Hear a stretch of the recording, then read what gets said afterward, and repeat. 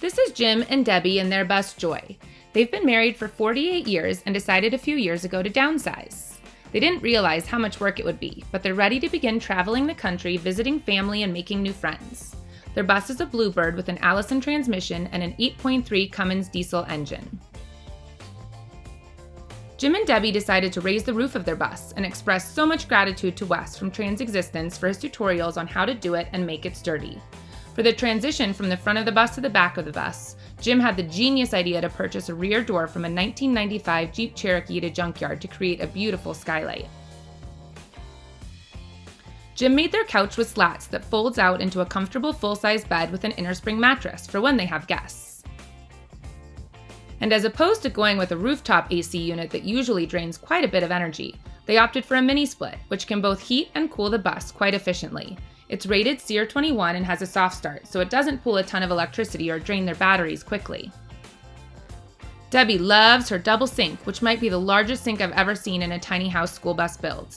Even with the large sink, they still have plenty of counter space, a full-size stove and oven combo, and a full-size refrigerator.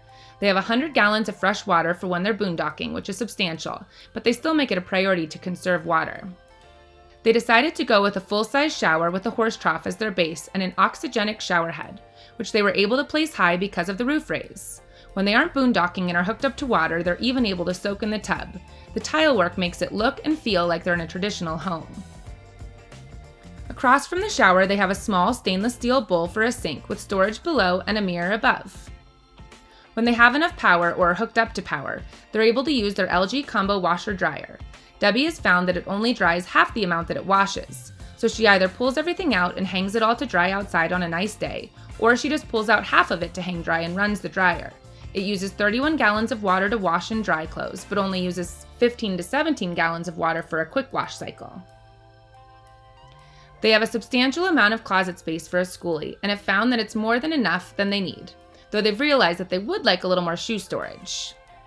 Jim and Debbie did something amazing in their schoolie build. They have radiant floor heating. They have a propane hot water heater that's rated to go up to 10,000 feet in altitude, and it heats the floors in their bus. In addition to that, they have a 1 million gallon water filtration system. Rather than purchasing a traditional compost toilet from one of the larger companies, Jim decided to build his own compost toilet. They use a urine diverter for their seat, so their urine goes to their gray tank under the bus, while their solids go into a bucket filled with horse pellets that get agitated with a system that Jim created from parts of an ice dispenser from an old refrigerator. No cranking necessary. They just flip a switch and never have to deal with the smell. Pretty incredible. They have a sweet little bedroom with additional storage for clothes and their instruments and a functioning emergency exit window, which gives them a nice breeze at night. In addition to all of the interior space, they have a ton of storage under the bus where they can keep pellets for the toilet, additional propane, food for the dog, and plenty of other household items that you would traditionally store in a garage.